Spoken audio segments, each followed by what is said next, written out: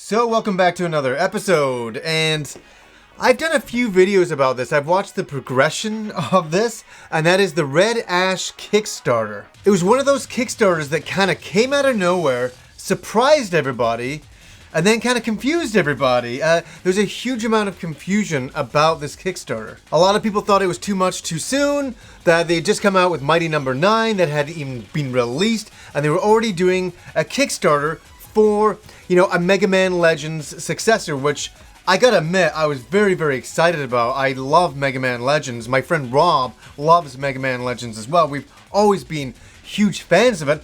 So we were excited about it, but I think it kind of came out at the wrong time. There were so many Kickstarters going on. There was Bloodstained had just finished. Shenmue 3, that was there.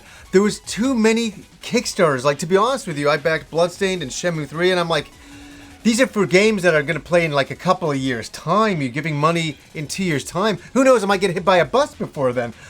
But it's like, people can't just keep spending money.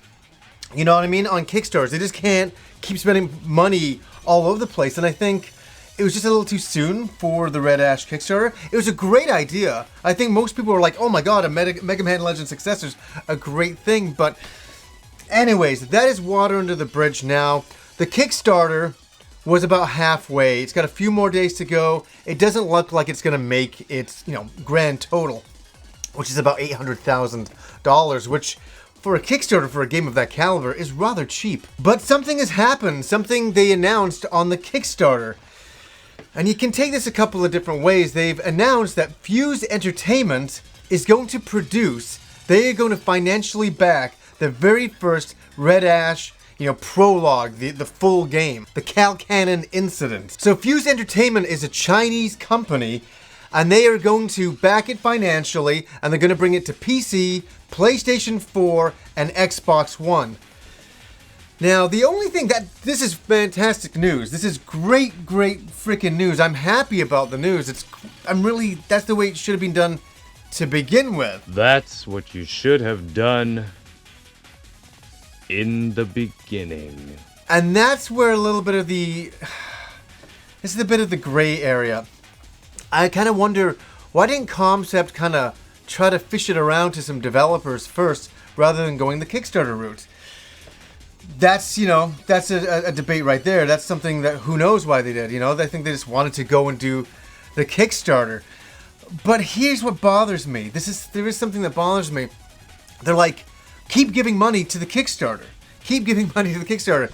All that money will still go to the development of the game.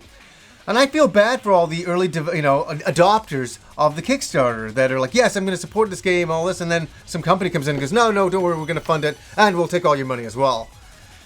Yeah, kind of unusual. Kind of a really weird move. It's kind of, they should have just maybe let the Kickstarter die, and then come out and say, hey, you know what? The Kickstarter wasn't successful, but we believe in the game so much we're going to fund it ourselves. That would have been a pretty cool move, but I've talked to a lot of people that have Kickstarted it, and they're kind of like, what? Like, I think they feel a little bit betrayed by Concept in a lot of ways, but at the same time, they are getting the game, and if you don't want to support the Kickstarter now, you can always back off. That's, you still have a few days to do that, but, This Kickstarter has been unusual, and that's why I've done a couple of videos on it, because it's such an unusual Kickstarter. It's about a game that we love, a successor to Mega Man Legends. It's by a company that we were all backing, like it's Concept. It's Keiji Inafune. We love this guy. How can we not like him? But it's all gone so kind of unusually, and I'm sure that they didn't plan it to be that way. I get that, but when you're dealing with that much money and such a game that you're developing and dealing with such fanatical fans of this subject, think it through a little bit better. So, I don't know, guys. What do you think? Tell me what your thoughts are about this turnaround, about Fuse Entertainment now backing, the successor, Red Ash, the successor to Mega Man Legends. It's a great thing, but it's an unusual thing, and why didn't they do that to begin with? So, it's food for thought. Anyways, guys, till next time.